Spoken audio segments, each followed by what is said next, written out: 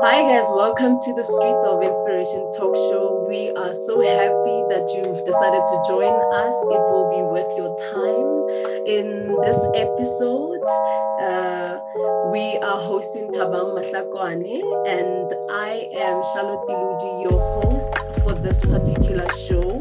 So a bit about Thabang Mahlakwane. He is a graduate. Let me just read out his qualifications. He is a SARS graduate trainee in cyber data analytics division, and he holds a qualification also in BCom information systems, and currently he's doing his BCom honors in business. And on top of all of this, Thabang is also a businessman.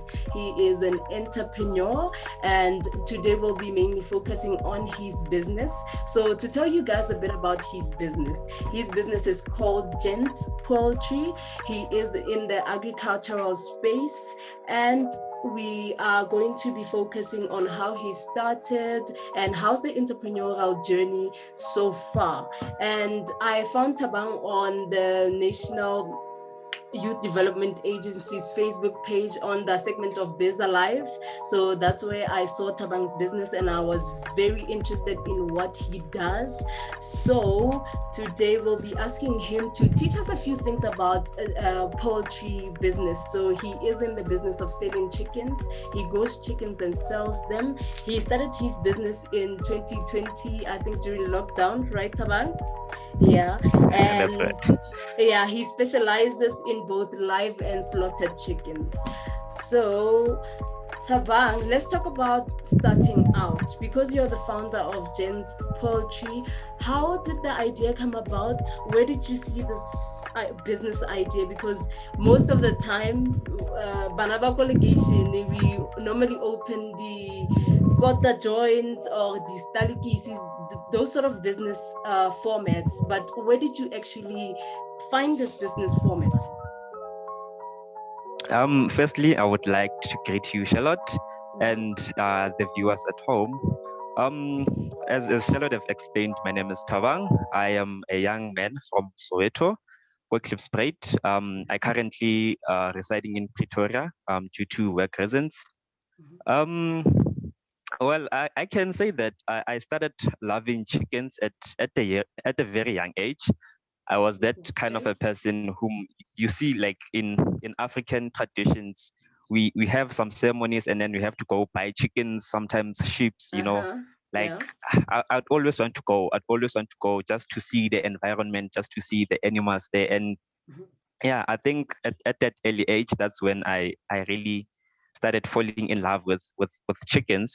Mm-hmm. The business started at I registered it in 2020 in May, but the operation started around September. Um, One of the reasons that made me start this business is because of passion for chickens. And one of the major reasons is because I want to see sustainability and growth within the townships. I want to see, I want to employ people at least knowing that I'm making a huge difference in someone's life. And yeah, we're hoping to grow as big as we can, reaching Mm-hmm. nationwide, reaching international heights. Yes, yes, yes.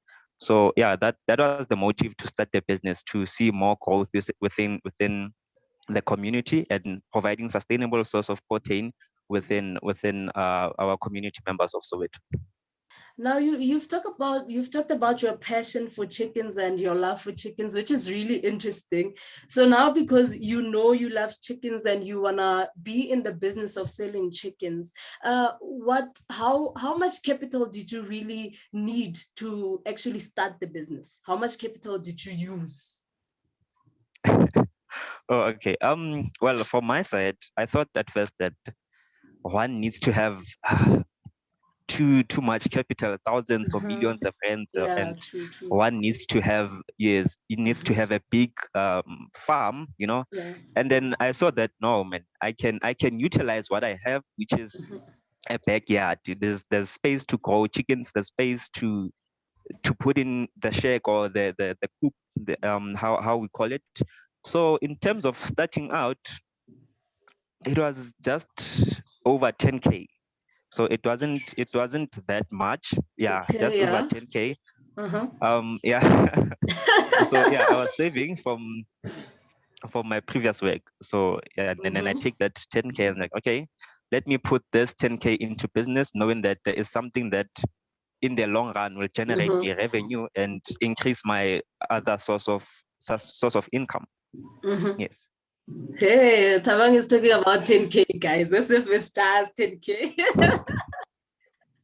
But I love that you made an investment into your passion. So now that you've actually started the business with the 10K, how did you navigate the market? How did you make sure that your products were sellable to the market? And how did the market receive you? How did customers actually respond to the kind of business that Mm. you have actually started? Oh, okay. So one of the challenges, Vele, in the poultry industry, Mm-hmm. it's getting a market, Yeah. and one of the challenges we face as young or small poultry farmers is that you might find that people want to get too many credit on things, and Mm-hmm. at the end of the day or at the end of the month, they never really pay back, which is Ish. really impacting the business. Yeah. So for our side, we usually target community members, we target our neighbors, we target our families, Yeah. my colleagues at work, and most importantly, those people who want to buy in bulk and Mm-hmm. resell in the streets. Those people who stand at street corners and stuff. So we saw that there isn't much of farms, like, if I can put it that way, in Soweto, Yeah. and some of the people had to travel to just outside Soweto, other side, to go to as Mm-hmm. far as Randbeck to get Yeah. chickens. So we saw an opportunity that, no, we Mm-hmm. can bring this industry close to people so that they wouldn't have to travel far. So Mm-hmm. yes, for now, those are our customers. But obviously, we're planning to grow the business. We're planning to get more people, especially people who selling your chicken dusts, people who own butcheries, car washes, and stuff. And hopefully, as in the long run, we can able to get a market within the bigger hypermarkets or supermarket stores. Okay. So now you're at a point where you've established the market and you do have a demand for your products, you do have potential customers. Now I want us to talk about the shelter for the chickens, the chicken coop. I want to know, did you actually know how to build a chicken coop, or how was the process for you? Were you informed about those type of things, and what were the rules for the chicken coop itself to keep the chickens alive? How was that process for you? Well, in terms of being informed, I was very much informed. Mm-hmm. I did quite a research in that, and one thing that Mm-hmm. helped is what it was on joining those poultry Facebook groups. I really got to learn more about what is really needed and how to take care of these chickens. Because I've never worked in a chicken farm before. I did not have any experience about Yeah. raising chickens and stuff. Mm-hmm. So we saw that one doesn't really need to have a very much big structure, because with us we decided, okay, we are just going to take a shack, a good looking shack with it's a closed shack where that we know that, okay, there's not much water or no water that's going to go in there. So Mm-hmm. yes, we for ours we use the shack, and it's quite effective because, yeah, it prevents rain, and at the same time we have to ensure that there's sufficient airflow within that chicken coop.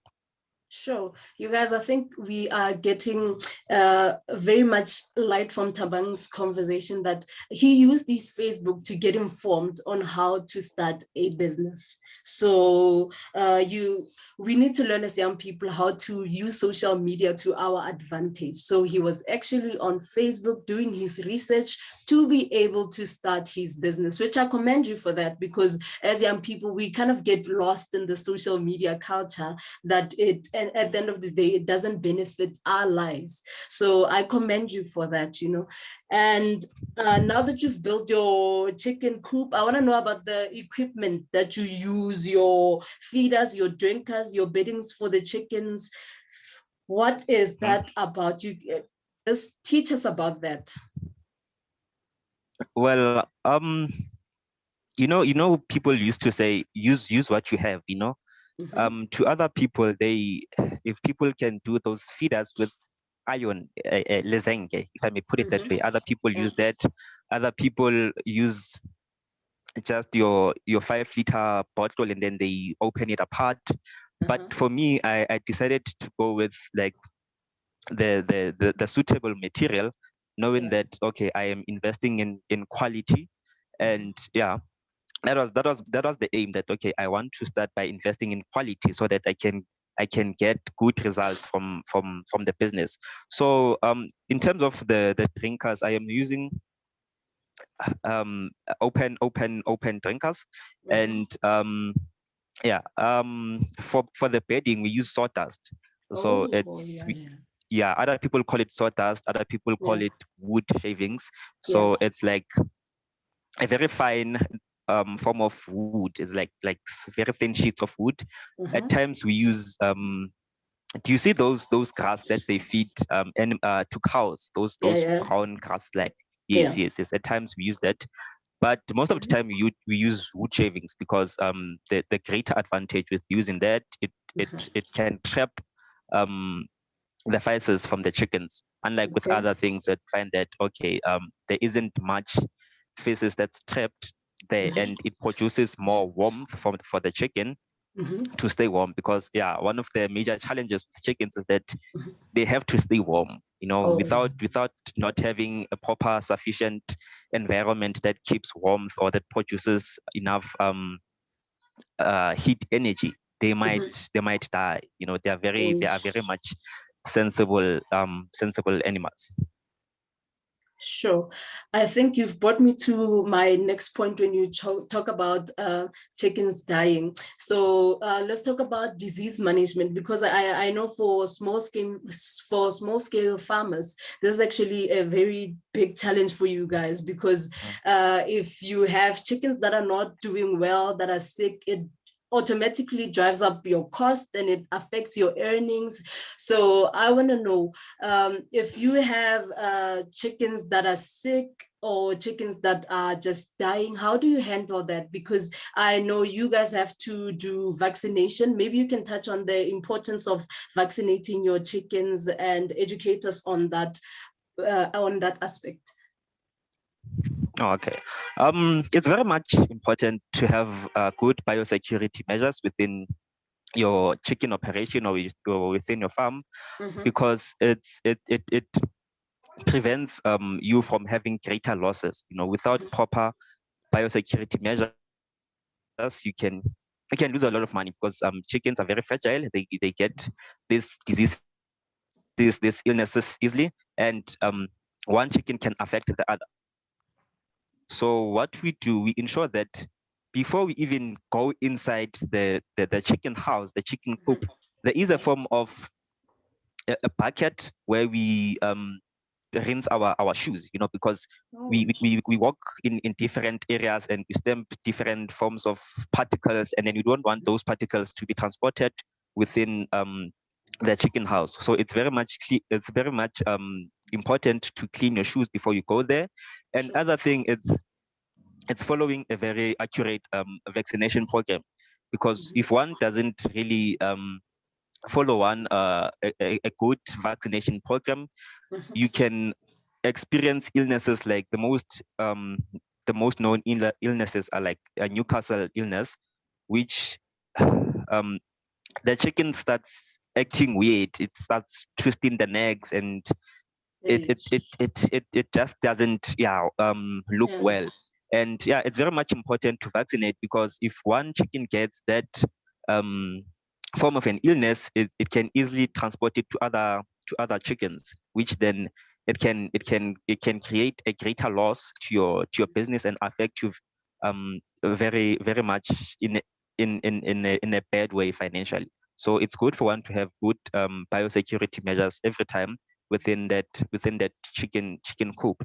And again, one thing that most people do not do advise on, especially big farms, they really do not allow anyone to just enter there. They only allow like a few people or people who work there to limit the chances of those chickens getting from any form of illnesses. Yeah.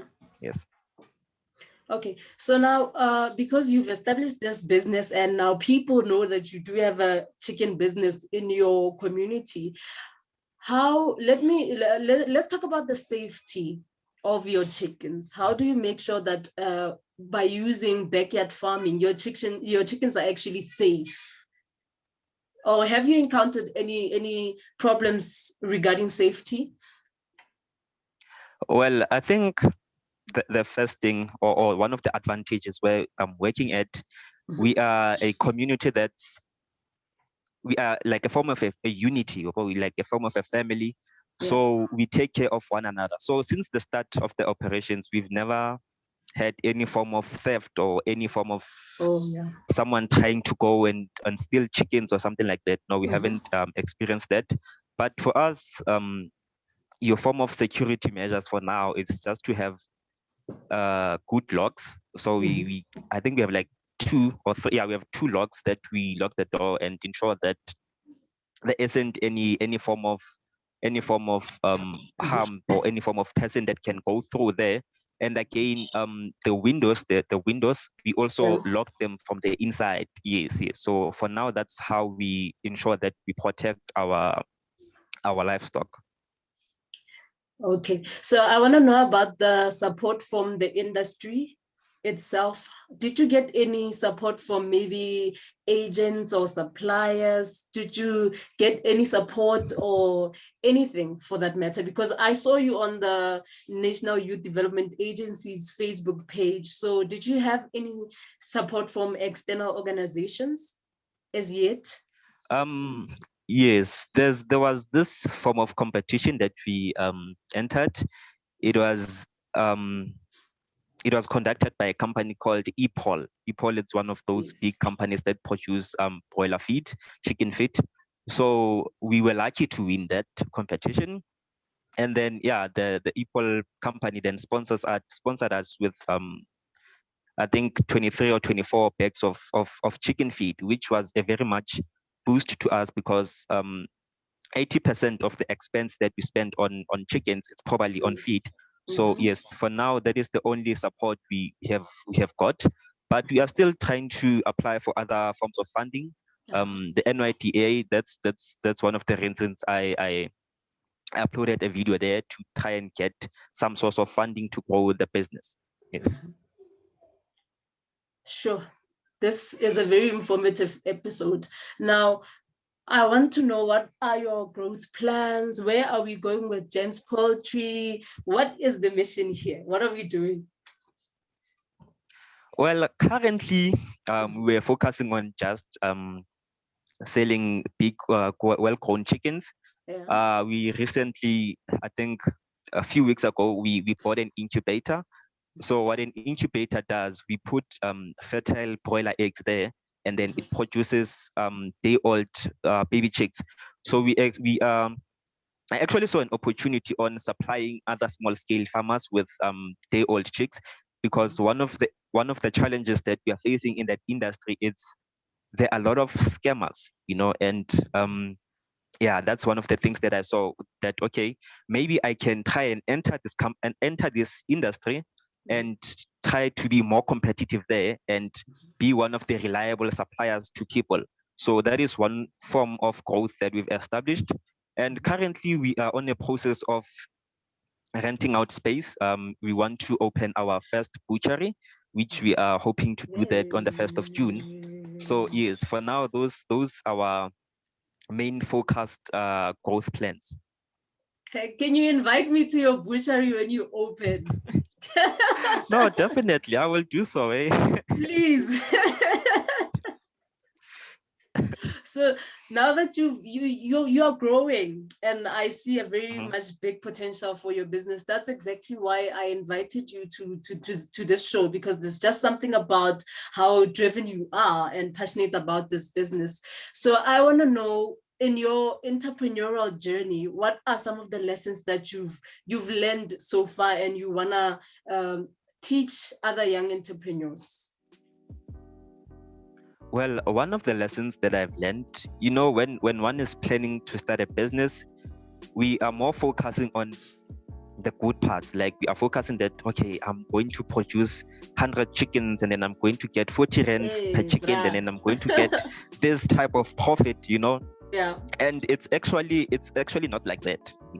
It takes time for one to be able to see good profits in a business, and one must be a very much resilient person. If you are passionate with what you are doing, it's not, you are not going to give up easily on the journey that you want to take. So I can advise young people to get as much as knowledge or information they can get on whatever industry or whatever passion they have before they actually start going into it. Because one other mistake that we small scale farmers or small scale entrepreneurs, we think big, which is a good thing, but we also want to start big. It's very much wise for someone to start small, even though you do have the capital. It's very much wise to start small, to establish your market, which is one of the good things, and to see how the operations goes, to avoid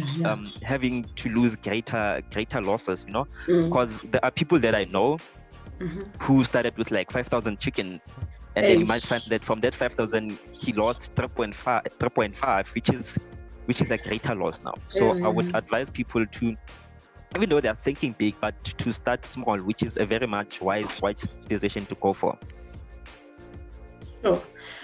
I think this topic is very much needed, so that young entrepreneurs really see that you really do need to put in the work. Your business is not gonna blow up in one day. It really does take so many years to build something lucrative, So I think you are a very important person to have conversations like these with, because I think we need a reality check as young entrepreneurs and small scale entrepreneurs. So I thank you so much for being on the show. And as we wrap up, can you give us your social media handles where we can follow Gents Poultry, where we can follow you maybe? Oh, okay. For Gents Poultry, you can go to Facebook. It's Gents Poultry. We do have a website which is www.gentspoultry.co. And me, you can just follow me on my Instagram or my Facebook page, which is Thabang Matlakwan. Oh, there you have it, guys. We've had a very short but very informative episode with Thabang Matlakwane, and you can follow him on his social media pages as he's just indicated. But to follow the show and to join the Inspiration Gang, it's very simple. You can just go to our Facebook page, like the page, or go to our YouTube channel, like our content, comment, or share, or just stick around. Who knows? You might just be inspired. And thank you so much for joining us on the show. We will see you next time. Thank you so much, Thabang. Thank you. It's a pleasure.